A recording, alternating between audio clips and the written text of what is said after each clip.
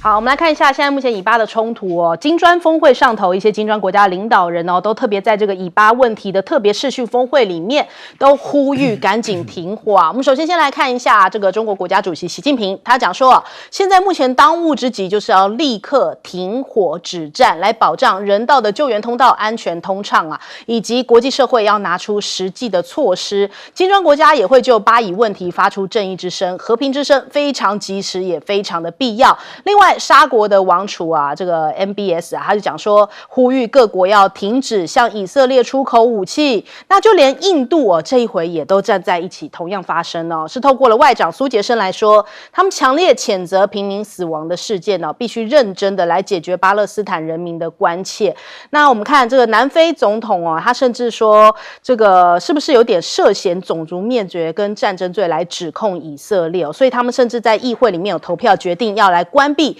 以色列的大使馆。那马来西亚的首相安华也不断在呼吁哦，因为他其实在这个巴勒斯坦这件事情当中，不断的在为巴勒斯坦发声哦，希望能够国际社会更加重视人道主义。那再来看看以色列会因为承受不住压力而停火吗？好像终于出现了一丝转机哦。纳坦雅胡终于是点头说要休战来换人质哦，他又说，好像你多给10个人质，我就多停战1天这样子的方式来做一个协商。哈马斯领袖也证实说，现在跟以色列已经接近停火协议的达成了。那以色列这边，纳坦雅胡讲说，在22号哦，有透过休战协议。那他们现在要召集内阁来表决，但是呢，他讲说休战不代表停战哦，绝对不会善罢甘休。也就是说，现在可能会进行4天的停火，暂时性的停火，还有一些人质的交换。那除此之外，我们也看到40个国家哦1000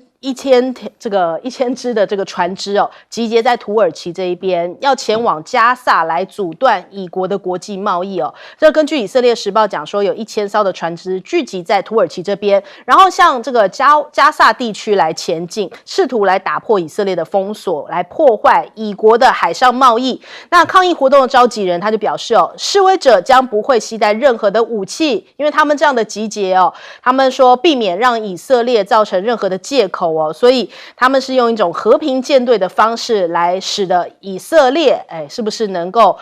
阻断你的贸易，然后来促使以色列的停火。但是我们也来看一下，现在11月18号的时候，联合国有提到，现在加萨的燃料严重短缺，所以通讯已经全面又在中断了。但19号的时候，以色列军方公布了影片，就说西法医院地下遭到哈马斯用来掩护恐怖活动。只是说现在目前在加萨地区里面非常多的讯息都已经被以色列跟美国给掌控，所以到底有没有真的停火，到底是不是像这个纳坦雅胡所说的会停火4天，恐怕还有待证实哦，就是难以知道说他们释放出来的讯息是真是假。再来我们看看美国，感觉上面就是一直对于以色列好像没有办法要求他停火，管不住以色列啊，所以现在急派布林肯去刷存在感吗？又说就是这几天大概下周布林肯会就是第4度在从10月7号开战以来会在第4次来访问以色列。那我们也看这个王毅啊，在会晤中东代表团的时候也有在呼吁说赶紧停火啊，也希望能够扮演更积极干预的一个角色。美国的国务院是说欢迎中国扮演建设性的角色但是呢，其实在中东这边也出现了这个中美之间的力量的抗衡，因为我们看到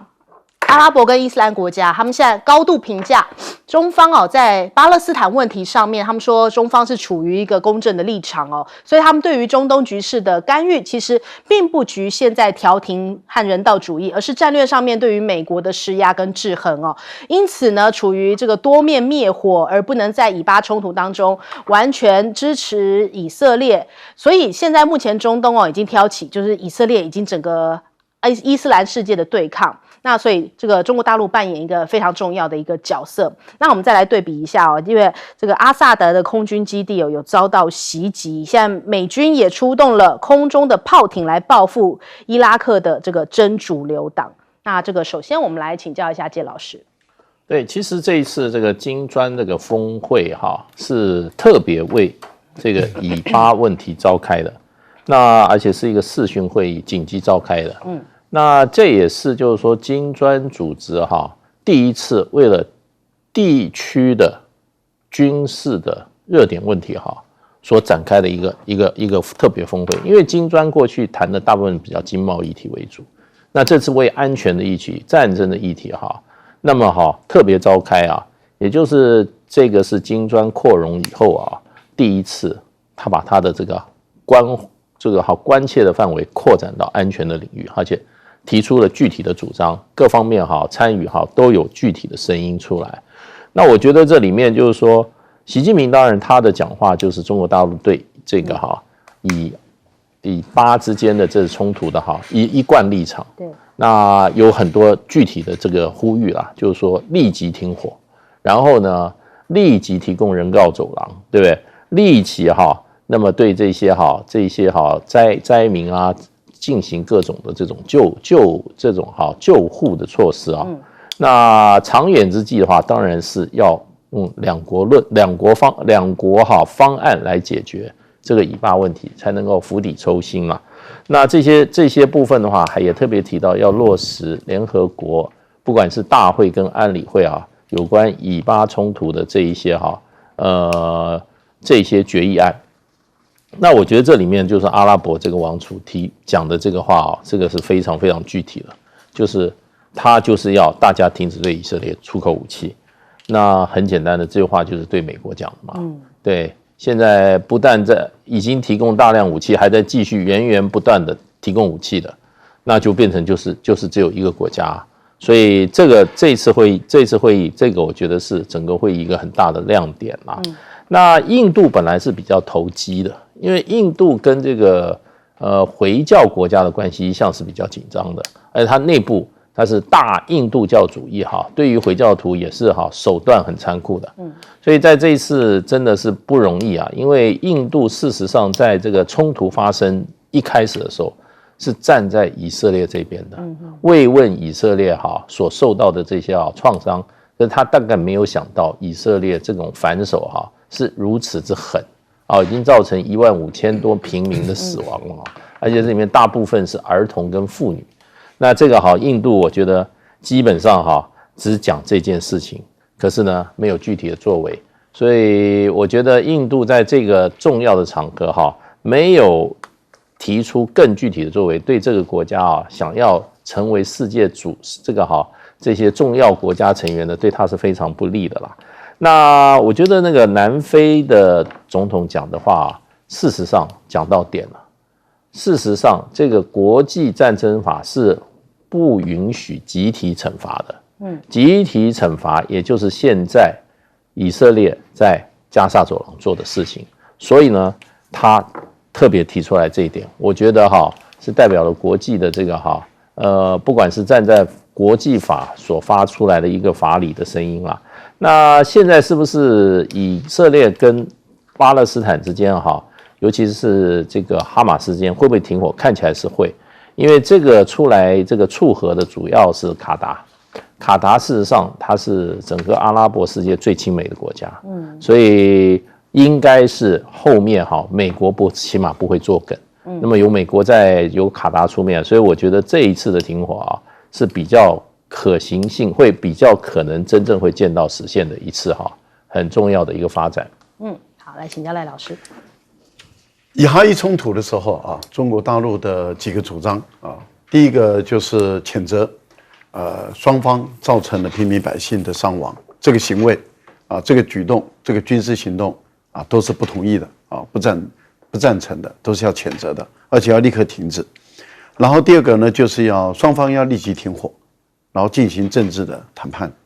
然后第三个就是要进行人道主义的援助。那根本的解决办法就是两国方案，这是一开始的时候中方的一贯的主张。很明显的，现在已经成为整个国际社会掌控的这个话语权。整个国际社会已经绝大部分都趋向于中方的这个主张。美国失去了话语权，所以美国在国际间，在国际社会，在中东的社会中，它失去了它过去的领导地位。它被边缘化了，然后它处于一个非常尴尬的一个角色，因为它完全倒向以色列的情形下的时候，还有欧洲的的国家已经也陷入了分裂。例如说，冯德莱恩继续支持以色列，可是他的外长还有法国的总统很明显的就反对了，也就是反对以色列继续进行军事上的这些动作。然后英国处于暧昧不明，时而投弃权票，时而投否决票的这样一个扭扭捏捏、暧昧不明的一个方式。很明显的，在整个国际社会中，中国大陆取得了这个领导的地位。那相关的当事方跟相关方，也就是整个这个阿拉伯世界跟伊斯兰教，也就是穆斯林的这个联盟，有包括印尼的外长，包括埃及的、约旦的、巴勒斯坦的外长等，还有沙乌地阿拉伯的外长，他们联盟一起到北京来，这代表他们对于中国的重视远远高于对美国的重视。那现在在国际话语权中掌控了那么接着就开始推动，所以金砖5国的会议来得及时，而且金砖5国的决议也形成了一定的压力，这个对于金砖5国的国际社会的地位也拉高了。那也就是说，它从过去的纯经济的议题，已经转入地缘政治的议题，这些都看到国际情势中产生了微妙的变化。现在是联合国的行动会给以色列考验了，还有就是牵船靠近这个加沙地区，突破以色列的封锁，也会给以色列带来考验。好，请教舰长。在金砖国家的这些领导人的视讯峰会里面那个大陆的领导人习近平主席他特别提出了3点第一点，立即的停火止战，然后停止一切的暴力以及攻击。那第二点保障人道救援通道安全与畅通，也就是现在只要愿意离开的，那都应该要确保它的安全第3个就是国际社会要拿出实际的措施。什么是实际的措施这个月其实联合国安理会的轮值主席国就是中国，这个时候应该拿出点办法。那既然现在以巴双方都说他们进入停火了，那是不是应该尽快的组织这个维和部队？因为说是停火，结果还零零星星的打来打去，到底是谁打谁？那只有维和部队进驻之后，才能把两方面拖开一个安全距离另外，我们刚刚看到说，安华也就是马来西亚的首相，他也对于这个以巴的这个冲突提出了一些看法。他说呢，其实他们别无选择，只能表达立场，然后不然的话就会有更多的妇女以及孩童遭到杀害。那我们必须要这样讲，真正应该重视的，也就是穆斯林最多的国家，穆斯林人口最多的国家，也就是印尼那个印尼的那个佐科威，他到底讲什么呢？他讲的就是为了人类停火是必须的。也就是说，现在无论是金砖，或者是穆斯林国家，或者是像刚赖老师讲的这些穆斯林国家的那个阿拉伯国家的这些外长，通通到了中国，也就代表了这个时候中国真正的国际地位，所以才有那一句才有那个习主席讲的，中国跟美国可以在那个一个地球上面共存共荣。那现在大家讲这么多，讲那个，但是真正声援巴勒斯坦的，真的有跟2022年3月的时候基辅附近发生的这个布查惨案相当吗？不相当吧。那个时候布查惨案，你只要打开电视，从头到尾都在讲布查，帮你算几个人，那个人怎么躺的，发生了什么状况。现在有吗？没有。所以这个世界上还是在偏向以色列，偏向以色列永的话，事实上永无宁止。好，我们休息一下，广告之后马上回来。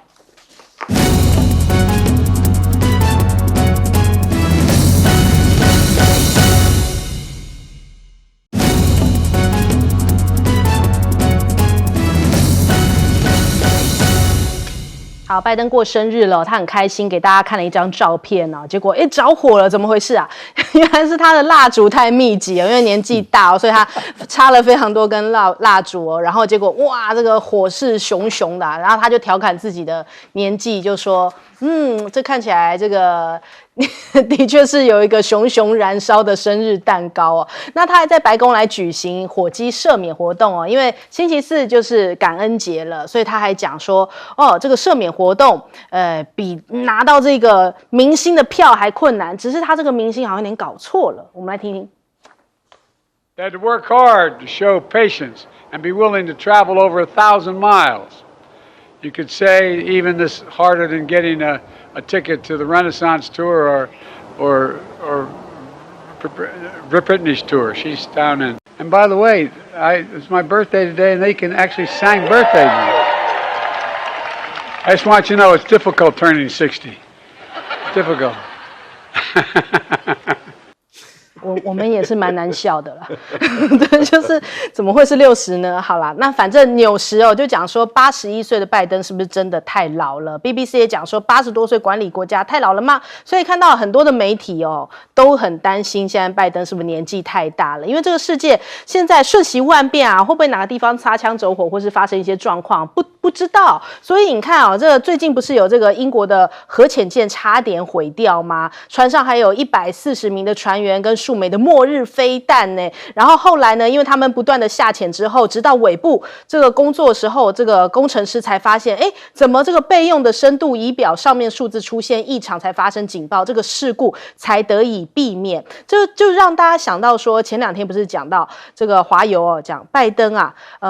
，81岁老翁整刊半夜被摇醒，要因应这个台海这边的紧张关系所以觉得他不应该再选连任了。那现在我们看，就反映出来这个电影恐惧的总和在讲，因为恐惧跟无知的总和会带来一个毁灭性的悲剧啊。所以如果说这个认知受限做出来的判断，是不是容易造成走上绝路的后果呢？这在讲的是说，他这个年纪真的有办法应付现在瞬息万变的世界局势吗？那他的竞争对手川普77岁嘛，那他也是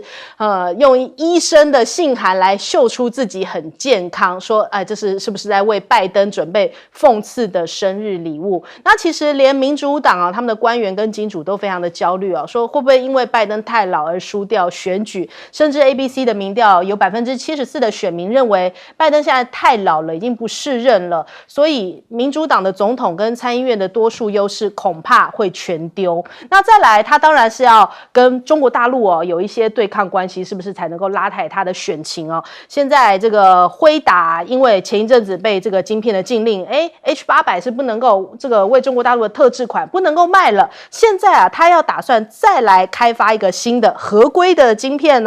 那据说呢，大概因为11月中旬才会开始开发，可能要拖到12月中旬才会正式推出，但是最后还是恐怕要看美国政府的脸色啊。那这样的一个晶片大战也让我们看这个晶片战争的作者，他在预测后续的这个全球情势。他说，习拜象征着过去数个月中美关系已经改善，而非未来。他说，现在晶片战争恐怕会是中美双方的进一步的竞争关系。因此，美国也推出了30亿美元的方案，说是要来促进美国国内晶片先进封装的发展，就是要拉开跟中国大陆的战线。这首先我们来请教一下介老师。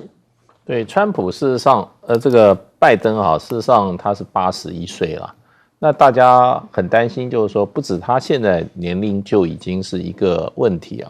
当然，这个年龄也不能说是问题。有人81岁，头脑清楚得很这个走路也不会摔跤的，然后也不会常常叫错名字的，对不对？然后也不会失言的。这我碰过，我有认识很多80几岁，那头脑非常清楚的。可是他的问题就变成他的这个体能跟神智状态就是有问题了那可是他这个年纪，如果让他再当4年的时候，那他每年会，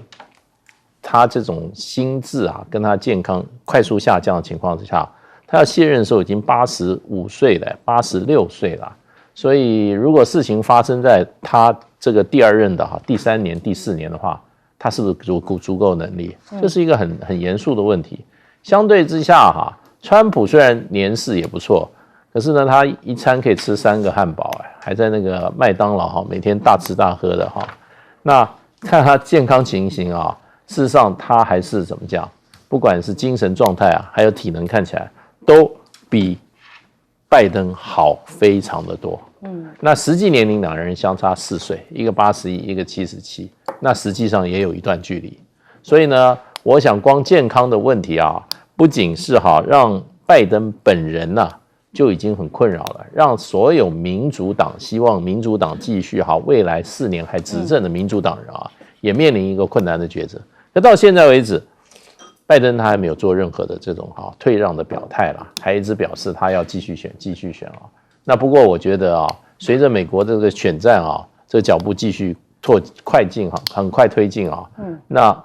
拜登必须要做一个决定了。美国的民主党也必须要做一个决定了。那因为再拖的话，人选也很难说，因为现在贺锦丽是一个票房毒药，你要找到贺锦丽以外的人那也需要一点时间现在各界都在猜谁呢？就是那个加州州长纽森，年富力强那么风度翩翩，这个民主政治有时候不但选他的内在，还要选他的外表，所以他事实上的话，民主党很可能最后会上演一出群雄劝退的这种群臣劝退的戏码，都恭请拜登先生就见好就收吧，让年轻人来接见他。现在看起来这个可能性越来越高，越来越高。那这个对这个世界好不好呢？说实话也真的是比较好一点，因为美国实在是世界第一强国手上又拿了这个核子弹的按钮我们真希望那个有按核子弹按钮的人时常要保持心智的清楚不要他以为他在按什么开电视就按错了，按了一个核子弹的按钮，那大家都完蛋了。好，请教赖老师。对，拜登的问题看起来是年龄的，但是其实真正的原因是来自于他的老态，他的语言的表达能力，他的认知的能力，还有就是他的体态出现了很严重的问题那当然，我们想说，几乎每一天你都可以在电视的画面上看到他这个迷雾就是这个方向感迷失了，或者是突然间做了一些令人匪夷所思的举动，例如说很贴近小女生，说你的耳朵好漂亮，好漂亮，好漂亮，然后贴近到让我们感觉到怪怪的，或者趴在一个玻璃上看的小学生，好像那种偷窥的怪老爷，趴在那地方看然后或者是摸摸小女生的头发的这些动作，都让人家感觉很不舒服、很奇怪的这些动作。这些动作确实，这些举动，这些在国际间的谈判的态度的方法，还有他的体力，其实确实是让美国一直很想要再度伟大，呈现出不利的因素因为美国已经不伟大了，然后美国人很怀念他们过去曾经伟大，所以美国人都很想再度伟大，但是选出这个川普，让美国人非但没有更伟大，而且更丢脸。现在又选出一个这个拜登，然后让美国人感觉快绝望了。那现在怎么办呢？那民主政治既然是以多数的民意为主的制度，可是70%以上的选民都说我不要拜登，我也不要川普。结果呢，还是这2位老先生掌控权力。为什么？因为少数决定嘛，政治永远是少数，绝对不是多数决定。多数决定是一个幌子，是欺骗的，永远是少数决定，永远相信我提出来这个概念，永远是少数人掌控了这个国家，这个机器。好，那如果拜登到最后，因为现在民主党有56%的人不支持拜登，民主党56%，所以到了最后，如果民主党的人认为说拜登赢不了，我觉得以美国人的现实性，他们会把这些民调的数字摆在前面，就是说你不要选了，我们由另外一组人来选。我想拜登很有可能到最后的下场是这样。最后一个有关于你刚刚谈到的有关于辉达的问题美国是这样子，在这一次的中国大陆办的一个链博会，就是供应链全球的供应链的博览会，美国你知道参展有多少吗？占20%，这代表什么？它是外国参展最多的企业，这代表政府跟企业是对抗的，所以美国政府要遏制中国的发展，但是美国的企业他却想跟中国大陆合作。这个部分里面，企业跟政府之间的对抗会延续到什么？我们看着办。好，请教舰长。我们看到的啊是这个先锋级的弹道飞弹核潜舰啊，这次出事的。那虽然没有造成任何的意外啊，但是这件事情告诉我们什么？这件事情告诉我们说，这个先锋级的这个潜舰啊，事实上它已经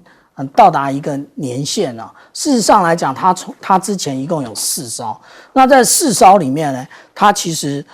我们一般来讲，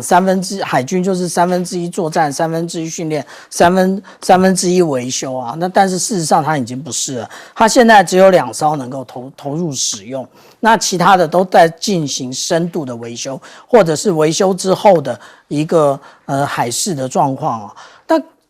这个船啊，那它如果最新就是它最后一型船出来的时间是1999年了，也就是从现在来看啊，已经服役24年了。那如果说从我们刚刚讲的先锋级，也就是它第一艘就叫先锋啊，那它的先锋号来讲，它是在1993年服役的，到现在为止也已经30年了。那这么老旧的舰艇，那这一次坏的呢，事实上是它的一个深度仪啊，也就是它故障之后，它并没有办法体认它现在舰艇实际的状况，还不像我们水面舰，直接眼睛张开来就可以看得到水面现在的状况啊，它不行。那它只能够看仪表显示，但是呢，它其实上面不是只有这些电子仪表啊，它还有水平仪，就是中间有个气泡的。但是呢，现在大家都不爱用这种比较旧式的这些装备。你说它上面有吗？它上面一定有。为什么？因为这是一种防止这种电子仪器全部故障的时候的一种保障。那我们这样讲啊，我们就想一想我们的海龙跟海虎啊。我们的海龙啊，是1987年成军的，到现在为止啊，它也已经36年了。虽然我们维护的很好啊，但是的确我们需要性能提升，的确我们需要新式的潜舰啊。不过这个新的潜舰啊，不是说不受监督的这样做。必须要有所监督，这个才是民主政治的常态嘛。不是说一问国防部长，国防部长不进入状况；一问海军参谋长，海军参谋长也不进入状况。然后真正进入状况的，不必进入立法院备询。那这到底是什么状况呢？实际上我们来看潜舰为什么他们的加级这么高啊？他们实际上之前我们的海龙跟海虎也有这种状况，也就是深潜1个月，然后在这中间呢，只有少数的时间才会上浮，所以我们在这上面所看到的，通通都是海藻啊。那这个就是先锋级的潜舰了。那也就是象征的说，其实我们现在一直都说我们的募兵有问题啊，你给人家什么样的诱因呢？那你的诱因都只有给钱吗？你如果给钱的话，你真的可以跟外面相比吗？那个自由诚可贵啊，那要为自由花出多大的代价呢？所以说啊，我们现在的这种募兵的状况啊，实际上有很大的困难。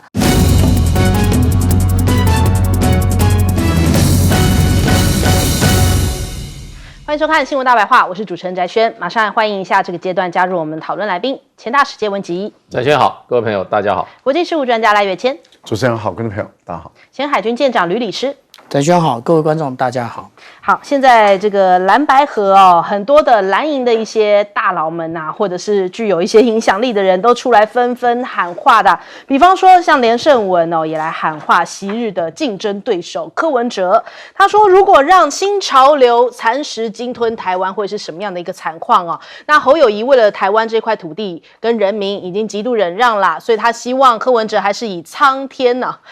天下苍生为念哦，不要错失启动台湾第3波政治改革的契机啊！因为的确赖清德上就等于是新潮流可以当道了，那的的确大家并不乐见这个情况。还有呢，郑丽文也讲了，赶快政治协商吧，恐怕最后还是要用政治解决哦。但结论是，事情走到这儿，双方不但要帮自己讲话，也要约束自己人，不要无端的攻击对方。那联合报今天有一个即时短评，就在这个黄珊珊出来开记者会之后啊，他说蓝白不合，两败俱伤，无论蓝白都不必幻想可以靠着弃保来超车赖清德。倘若在这关键的3天谈判破局哦，最后就是两败俱伤。那亮哥也有一个讲法，讲说现在解法只剩一种呢，就是侯柯两人1对1直接谈。侯友宜就直接问柯文哲：“你认为如果我拜托你当副手，你需要哪些我配合的？只有这样子才会成哦。要谈到这样的程度，真的不要再回去谈民调了。”所以今天双方出来开的记者会，好像都还纠结在民调的数字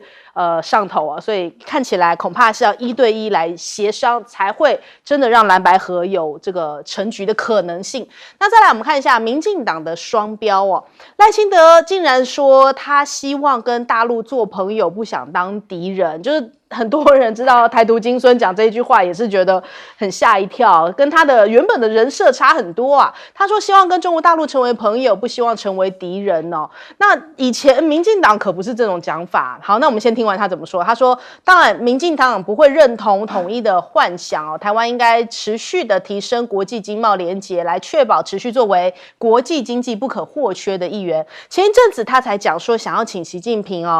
吃虾仁饭啊，喝奶茶，一起吃晚餐，还被国台办劝他说你务实一点哦。那另外呢，习近平在被这个问到说是不是2027公台的时候，他是抱怨美国媒体说，我就没有听过这件事情啊。那这个事情被赖清德拿来讲说，习近平都说不会公台了呀，所以这个是打脸了国民党。结果国台办又劝赖清德讲说，你是在炒作这件事情吗？赖清德的讲法是讲说，一中框架下的表面平静不是真的和平哦。他说马英九愧对台湾人民，以前都是这样子讲的那时候马习会他是这么样的主张。蔡英文也讲说马习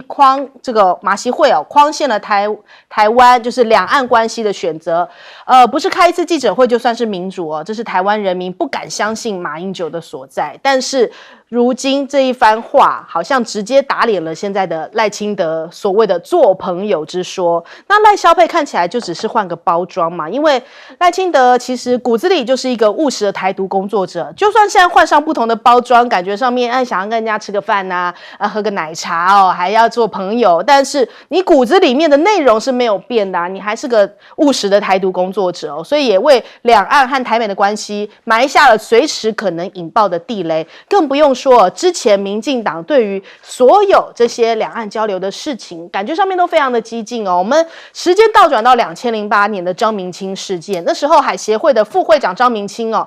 受邀来参加学术的研讨会，抵台的第一天当时担任台南市议员的现任王八千委员呢，就号召了群众去包围了这个张明清的餐厅最后还让张明清变更行程，甚至呢在这个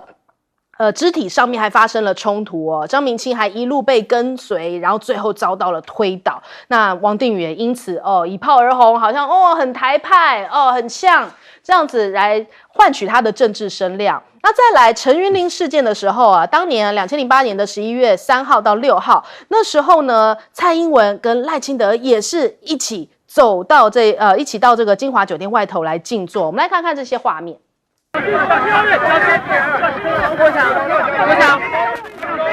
好，当年就是国民党的主席吴伯雄在金华酒店设宴款待陈云林一行人那蔡英文以及大批的民意代表就率群众包围了酒店。那蔡英文抗议警方说维安的规格太高陈云林还因此受困在金华，到凌晨2点多才离去。那还发生了多起的警民流血冲突那当时蔡英文还因此被叫做暴力小英。然后呢，隔天其实就是有那个圆山饭店围围城的事件哦，我记得超清楚，因为那天晚上我在那边，所以我也是这样看到那个什么粪啊，什么这样子从空中抛来抛去，飞来飞去。那时候我因为在友台哦，我还得要把我的麦克风套给拆下来，避免就是被群众包围哦，所以这个事情我记得超清楚的。那时候是这么样的敌意螺旋不断在升温，可是你现在拆下了你敌意的面具，装的好像要跟别人做朋友，谁会相信你呢？那再来我们看一下，现在目前这个华邮的专栏作家警告说，在这个习拜会上，习近平是真心诚意的吗？他说在台湾问题上面，华盛顿跟北京的立场却是越走更远的。那习近平的言辞也表示说，他对于现状的不耐烦，这个部分呢，也被美国现任的跟前任的官员认为是一个不利的讯号。那再来，昨天也发生一个突发状况，就是北韩这个就是发射了这个间谍卫星，岸田文雄是连夜来进行一些相关的应变，也引发了美国、日本、南韩的一些批评哦。那北韩在事后宣布发射成功，日本的官方就是说，就是紧急发布了这样子的一个警报之外，也在分析发射的结果。那这就让大家想到，当时我们围台军演4枚飞弹从我们这个台北上空飞过去，其实我们国防部也说没有这回事情哦。东风飞弹飞过去，那可是却用一个隐瞒的方式，直到日本告诉我们，我们才晓得，也没有应变。那现在看起来，美军不要的滨海战斗舰，好像想要卖给台湾哦，就说台湾要跟美国来采购，海军奉命跟美国的采购的这个美军除役的一些滨海作战舰哦，现在目前正在进行一些购买洽谈。那海军司令部讲说，其实目前并无向美方筹购滨海作战舰的一个相关计划，但是已经感受到这一个紧张的氛围了哦。我们先来问一下介老师。对，我觉得现在这个蓝白合的谈判进入到最后一个阶段啊，当然时间上到24号还有大概差不多，现在算的话，但不到2天的时间啊，可是2天时间可以发生很多的事。事实上，谈判都是在这个时间压力下达成的，所以我觉得现在很多大佬都出来喊话，还有一些有实际从政经验的哈，我们都很肯定的一些政治人物也出来说话，我觉得都讲得很对，都讲得非常的对。就是说，你必须要考虑到不和以后你置台湾这些苍生于何地啊？你们口口声声为台湾要改变台湾什么？现在机会摆在眼前，为什么不合作呢？你不合作的话，基本上就是双方绝对都落选，就是保送赖清德上垒，不是上垒，保送回本垒。所以也不必后面也不必选了，后面都是虚攻了。1月24号前没有蓝白合的话，那个11月24号没有蓝白合的话，1月13号的结果，现在11月24号就提前公布了，提前公布了。那对台湾造成的负面冲击也会提前开始，所以是一个很严重的事情。这2位这个位居高位所以深系这2人深系国家之安危那我认为这些讲的都很对。现在还搞什么民调呢？还在去搞民调？现在是政治协商政治要放在最高度政治是考量什么？考量双方的妥协的能力，然后呢，要考量现实，要考量对人民对这块土地的承诺。这个是最重要的政治协商。那双方当然要有所妥协，有所退让，双方都要这样做。那所以我觉得这个时候幕僚最好退群了。这些幕僚这些出来的在那边喊话的就是说拿着鸡毛当令箭的一些人可以不要喊话了，不要喊话了。那我想这个双方的当事人主帅也应该怎么样？也应该坐下来面对面来谈了。这个是要很重要的一次这个关键时刻，我们乐观其成，我们静候佳音了。那另外一方面就是说，赖清德突然又变成想要跟对岸做朋友，因为变脸变得太快了嘛，对不对？他以前是一天到晚这个喊打喊杀的，对大陆不假辞色的，充满了敌意的，突然又要说跟大陆，我仔细查了一下，他这个是对这个《时代周刊》讲的，他想对外面，尤其对美国人，他要怎么让美国朋友对他的这个台独倾向对大陆的过度的挑衅跟这种敌意它能够洗白一下，哎，所以这个是为了外面讲的，对里面讲，我觉得第一个他自己都不相信，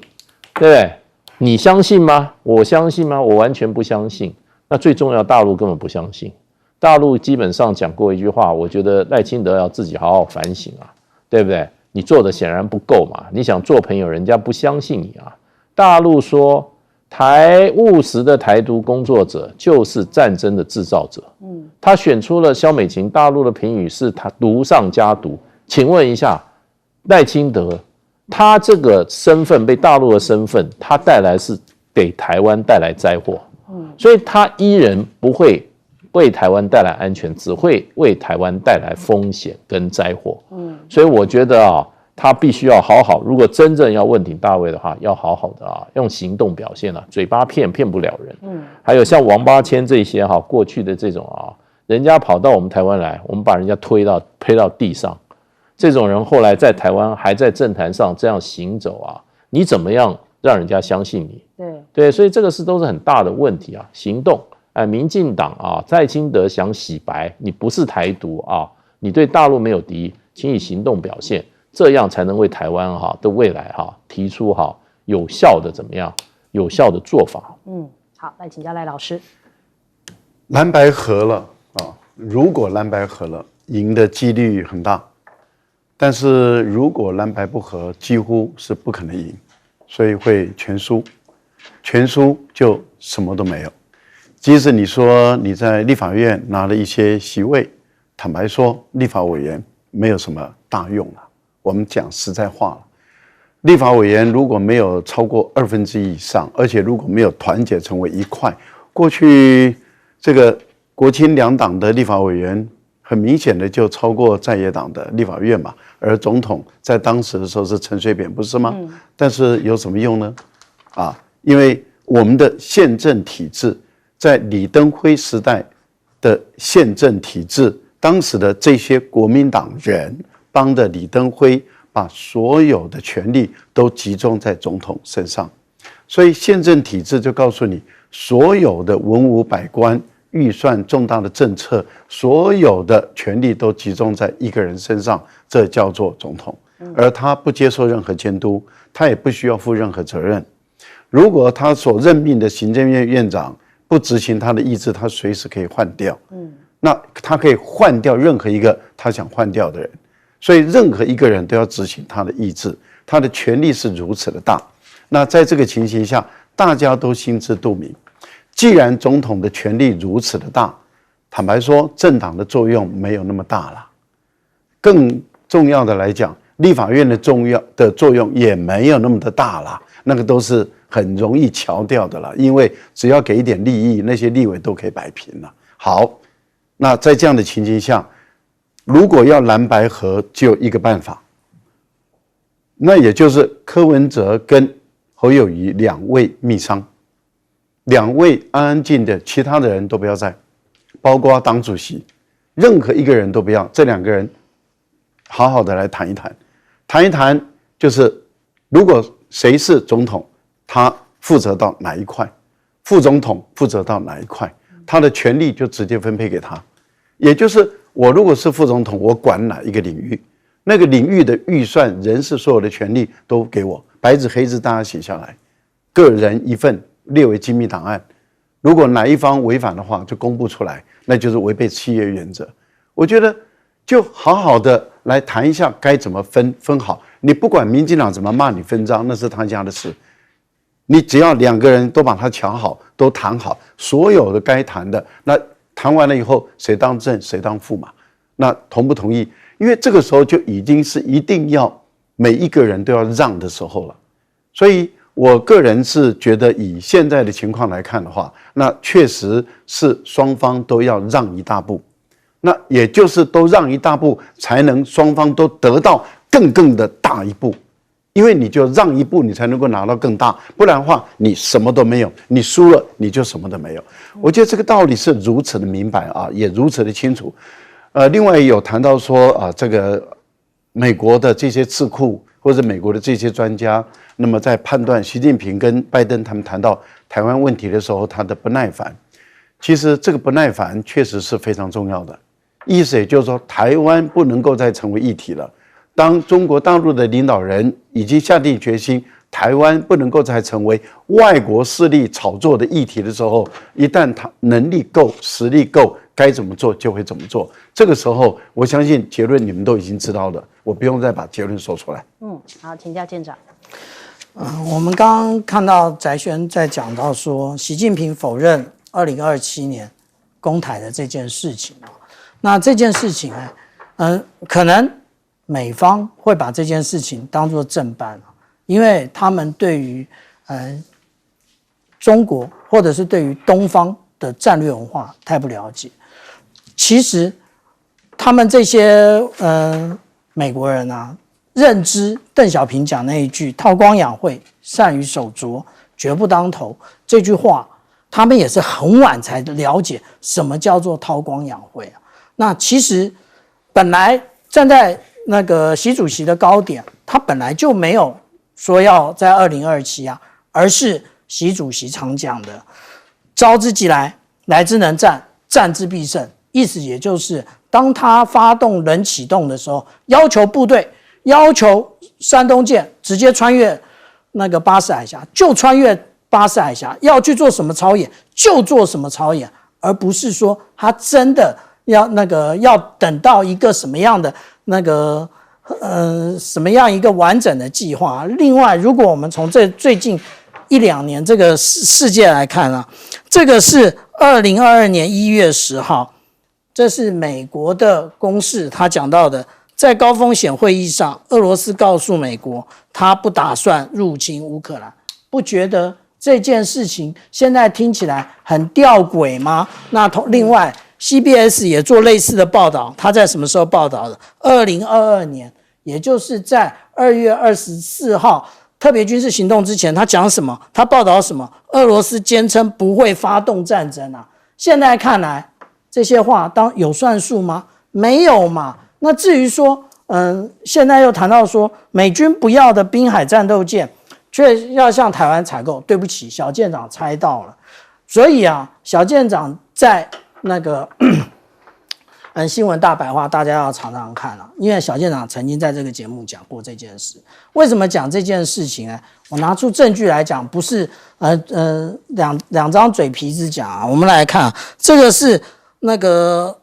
108年6月26号这一个那个出国报告。这个出国报告很有趣啊。怎么说这个报告很有趣呢？他这个出国报告其实他只做一件事情，他其实呢，他从5月4号从台湾飞，5月5号到了华盛顿之后，他是要去参加什么？他是要去参加的，也就是一个2019的海事联盟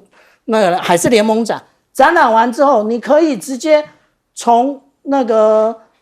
东岸直接飞回台湾，没有，跑到圣地亚哥去。跑到圣地亚哥去干嘛？看滨海战斗舰。为什么看滨海战斗舰？因为早就瞄准滨海战斗舰了，只是我们大家不知道而已。我现在请问啊，我们要做这个轻型巡防舰，它上面的装备如果通通都跟塔江、都跟沱江一样，那做沱江就好了，做塔江就好了。你干嘛要做轻型那个巡防舰呢？而且要花那么长的期程做出来，上面装备一样的啊，熊2、熊3还有海剑2不是都一样吗？所以其实滨海战斗舰并不坏，而且现在已经到所谓的甜蜜点，也就是说它的装备已经都完成整备，这时候买并没有什么不好。好，我们休息一下，广告之后马上回来。